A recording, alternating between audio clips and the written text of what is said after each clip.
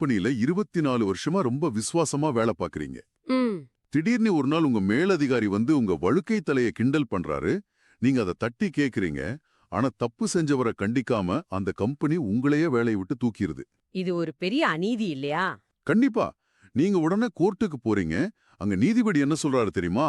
ஆண்களோட வழுக்கை தலைய வந்து கிண்டல் பண்றது சாதாரண விஷயம் கிடையாது. அது ஒரு பாலியல் சீண்டல், அதாவது செக்ஷுவல் ஹராஸ்மெண்ட் அப்படின்னு சொல்லி உங்களுக்கு ஒரு பெரிய தொகையை நஷ்ட ஈடா கொடுக்க சொல்றாரு. கேட்கவே ரொம்ப ஆச்சரியமா இருக்கு. ஆமா, ரொம்ப ஆச்சரியமா இருக்கும். ஆனா இது வந்து கற்பனை கிடையாது. மே 2022ல இங்கிலாந்துல உண்மையிலே நடந்த ஒரு சம்பவம். உலக அளவுல இன்னைக்கு மனித உரிமைகளும் சட்டங்களும் எவ்வளவு தூரம் வளர்ந்திருக்கு அப்படிங்கிறதுக்கு இது ஒரு சின்ன உதாரணம். உண்மைதான். இது அப்படியே நம்ம ஊர் அரசியலோட, குறிப்பா வந்து வரலாற்றுல பெரிய சமூக சீர்திருத்தவாதிகள்னு பேர் வாங்கியவர்களோட பேச்சுகளோட ஒப்பிட்டு பார்த்தா நமக்கு ஒரு மிகப்பெரிய அதிர்ச்சி காத்திருக்கு.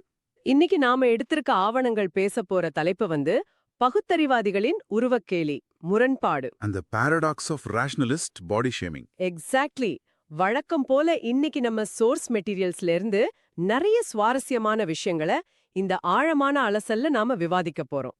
இத கேட்டுட்டு இருக்கிற உங்களை இந்த விரிவான விவாதத்திற்கு ரொம்ப உற்சாகத்தோட நான் வரவேற்கிறேன். இந்த ரொம்ப நல்ல ஒரு தொடக்கம். ஆனா இந்த விவாதத்துக்குள்ள நாம வந்து ஆழமா இறங்குறதுக்கு முன்னாடி இத கேட்டுட்டு இருக்கிற உங்களுக்கு ஒரு முக்கியமான விஷயத்த நான் ரொம்ப நிதானமா தெளிவுபடுத்தணும்.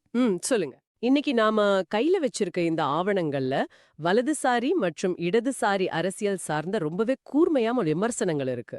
நாம எந்த ஒரு அரசியல் தரப்பையும் இங்க ஆதரிக்கவோ அல்லது எதிர்க்கவோ இல்ல. கண்டிப்பா. நாம ஒரு நியூட்ரல் பிளாட்ஃபார்ம். ஆமா. இந்த ஆவணங்கள்ல உள்ள கருத்துக்களை வந்து எந்த சார்புமின்றி உள்ளதை உள்ளபடி ஒரு நடுநிலையான பார்வையாளரா உங்களுக்கு கொண்டு சேர்ப்பதே எங்க நோக்கம் அப்படிங்கறத நான் இங்க ஆணித்தரமா பதிவு செய்ய விரும்புறேன். அது ரொம்ப அவசியமான ஒரு அறிவிப்பு.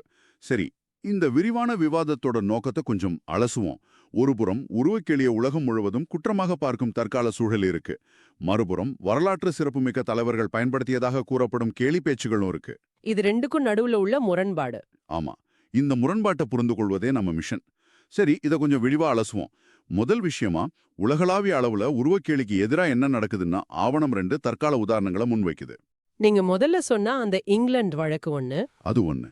இன்னொன்னு வந்து நம்ம அண்டை மாநிலமான கேரளாவில் நடந்த ஒரு விஷயம். கேரளாவோட கல்வித்துறை அமைச்சர் வி சிவன்குட்டி ஒரு பாராட்டுக்குரிய முடிவு எடுத்திருக்காரு. பள்ளிக்கூடங்கள்ல படிக்கிற மாணவர்களுக்கு உருவக்கேலி பத்தின விழிப்புணர்வு வந்து பாடத்திட்டத்திலே கொண்டு வர போறதா சொல்லியிருக்காரு. வாவ், இது ரொம்ப முக்கியமான ஒரு முன்னெடுப்பு இல்லையா? ஒரு காலத்துல பள்ளிக்கூடங்கள்ல நிறத்தையோ உருவத்தையோ வச்சு கிண்டல் பண்றது சகஜமா இருந்துச்சு. ஆனா இன்னைக்கு அது ஒரு குற்றமா பார்த்து சின்ன வயசுலயே குழந்தைகளுக்கு அந்த விழிப்புணர்வு கொடுக்க அரசு முன் வருது. இங்க மிகவும் ஆச்சரியமான விஷயம் என்னவென்றால் உலகத்தோட பார்வை மொத்தமா மாறிடுச்சு. நீங்க அந்த இங்கிலாந்து நீதிமன்ற தீர்ப்பை கவனிச்சு பாருங்க. பணியிடங்கள்ல பெண்களோட உடல் பாகங்களை கிண்டல் செய்வது எப்படி ஒரு பாலியல் குற்றமோ அதே போல ஆண்களின் வழுக்கையை கிண்டல் செய்வதும் பாலியல் குற்றமே என நீதிமன்றம் தீர்ப்பளிச்சிருக்கு. ரொம்ப ஸ்ட்ரிக்டான ஒரு தீர்ப்பு அது. ஆமா. உலகம் இன்னைக்கு உருவக்கேலிய ஒரு காட்டு மிராண்டித்தனமான செயலாக பார்க்கிறது அப்படிங்கறத இந்த சம்பவங்கள் நமக்கு ரொம்ப ஆழமாக பதிவு செய்யுது. ஒரு மனிதனோட இயற்கையான உடல் அமைப்ப கேலி செய்யறது எவ்ளோ பெரிய வன்கொடுமைன்னு சட்டம் வரையறை செஞ்சிருச்சு. கரெக்ட். இப்போ ஆவணத்தோட அடுத்த பகுதிக்கு வருவோம். இங்கதான் விஷயம் ரொம்ப சுவாரஸ்யமாக மாறுகிறது. உலகமே உருவக்கேலியை எதிர்க்கும் நிலையில பகுத்தறிவாதி என அறியப்படும் ஈவி ராமசாமி, அதாவது பெரியார், எவ்வித கூச்சமும் என்று உருவக்கேலி செய்துள்ளதாக இந்த ஆவணம் கூறுது. ஆமா. இத ஆவணா வெறுமன ஒரு குற்றச்சாட்டா சொல்லல, தெளிவான வரலாற்று ஆதாரங்களோட முன்வைக்குது. நான் ஒரு உதாரணம் சொல்றேன். 1930 நவம்பர் 16ஆம் தேதி வெளிவந்த குடியரசு இதழ்ல சித்திரகுப்தன் அப்படிங்கிற புனைப்பெயர்ல ஈவேரா ஒரு கேள்வி பதில் பகுதியை எழுதியிருக்காரு. அதுல ஒரு வாசகர் ஒரு விசித்திரமான கேள்வியை கேக்குறாரு.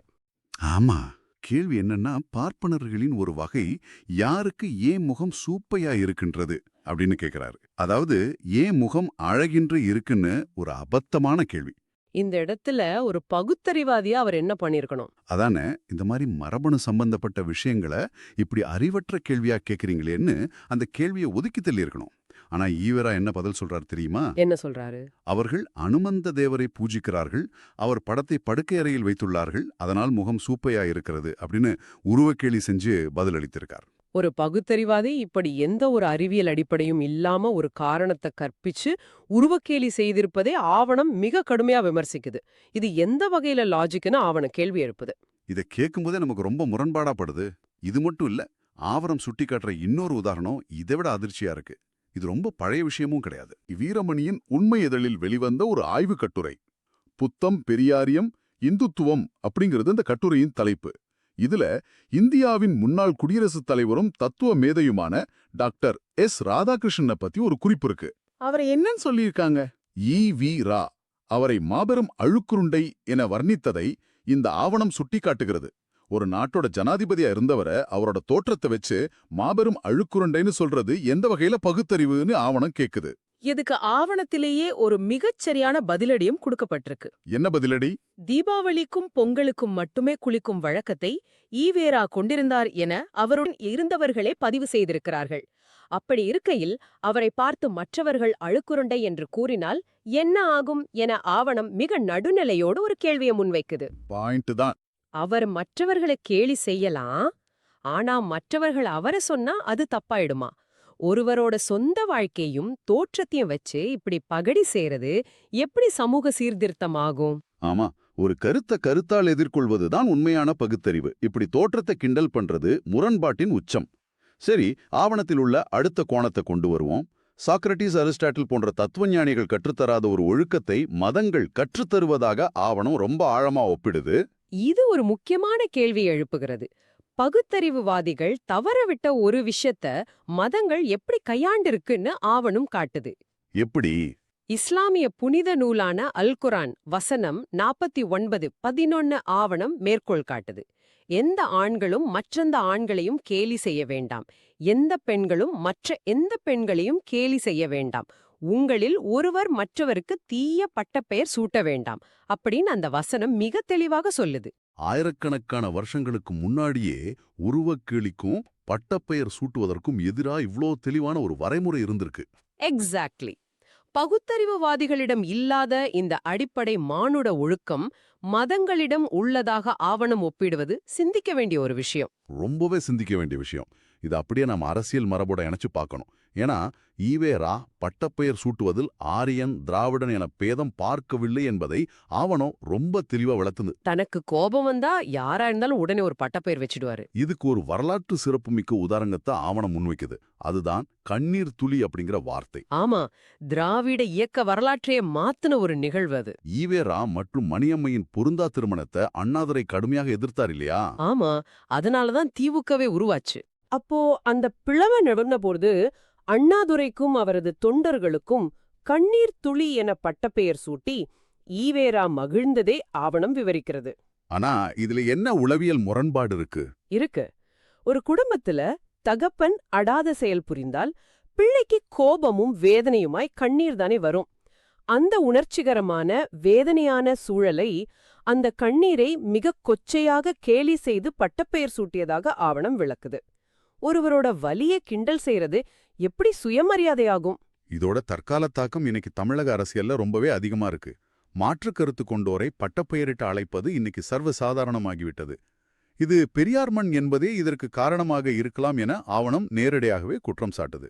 அதுல ஒரு பெரிய அயனி என்னன்னா, ஈவேராவின் வழியில் வந்த கீவிரமணிக்கு ஓசிச்சோறு என ஒரு பட்டப்பெயர் வந்ததற்கும் இந்த சமூக பழக்கமே காரணம் என்பதை ஆவணம் சுட்டிக்காட்டுகிறது.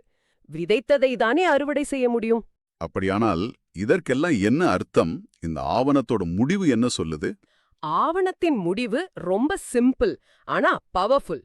மற்றவர்களை பட்டப்பெயர் சொல்லி கேலி செய்துவிட்டு தங்களை விமர்சித்தால் மட்டும் அவதூறு என ஒப்பாரி வைப்பது மிகப்பெரிய முரண்பாடு. கரெக்ட்.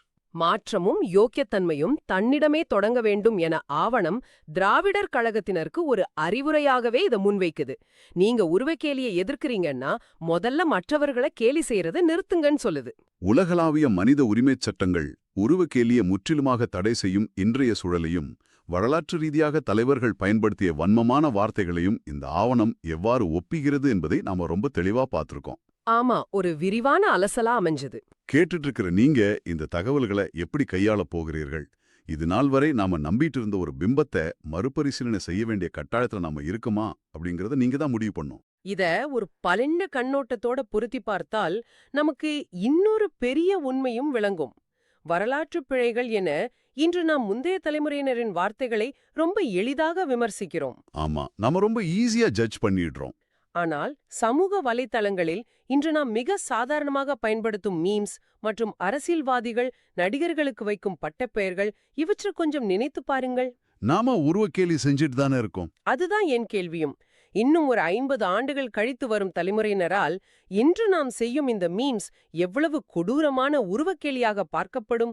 நம் வரலாற்றிலிருந்து உண்மையிலேயே பாடம் கற்றுக்கொள்கிறோமா, அல்லது அதே தவறுகளை புதிய தொழில்நுட்பத்தில் மீண்டும் செய்கிறோமா? அடேங்கப்பா, நிஜமாவே ஒரு ஆழமான கேள்வி இது. இந்த சிந்தனையோட இந்த விரிவான விவாதத்தை நாம நிறைவு செய்வோம். தொடர்ந்து தேடுங்கள், தொடர்ந்து சிந்தியுங்கள். வணக்கம்.